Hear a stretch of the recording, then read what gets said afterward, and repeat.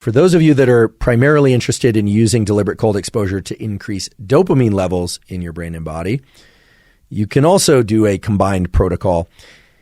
whereby you ingest caffeine 60 to 120 minutes before the deliberate cold exposure. So why would you want to ingest caffeine 60 to 120 minutes before deliberate cold exposure? Well,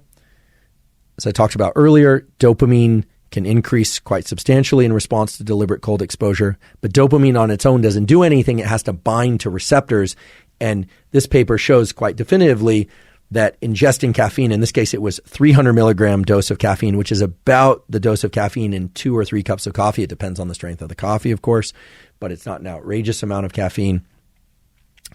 That increases the density and or efficacy of these receptors, which would allow that dopamine to have its greatest effect. And for those of you that want to get really, really fancy, I suppose you could do this fasted, so you get the further increase in norepinephrine, then you get the dopamine increase from the cold exposure, the binding of the dopamine.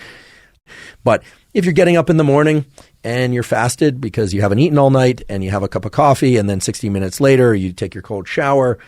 or 2 hours later you do your cold immersion or your cold shower, you would be layering together these different mechanisms of dopamine receptors, epinephrine, and so forth in a way that, at least to me, doesn't seem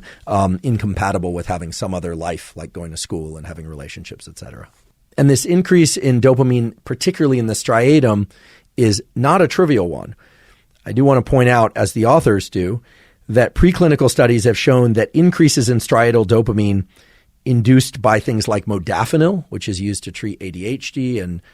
treat narcolepsy, is necessary for their wake-promoting actions. What this really says is that just having elevated levels of dopamine from a drug or from an ice bath or what have you is not sufficient to get the effects of dopamine. You really need the receptors to be available, and you need those receptors to be available in the appropriate density, and you need those receptors to be available in the appropriate density in the striatum in particular. So I think there are a number of reasons why, if it's compatible with the other aspects of your health, because of course always you have to consider this on a background of cardiovascular health and blood pressure, et cetera, that ingesting a cup or two of coffee an hour before your ice bath, maybe fasted,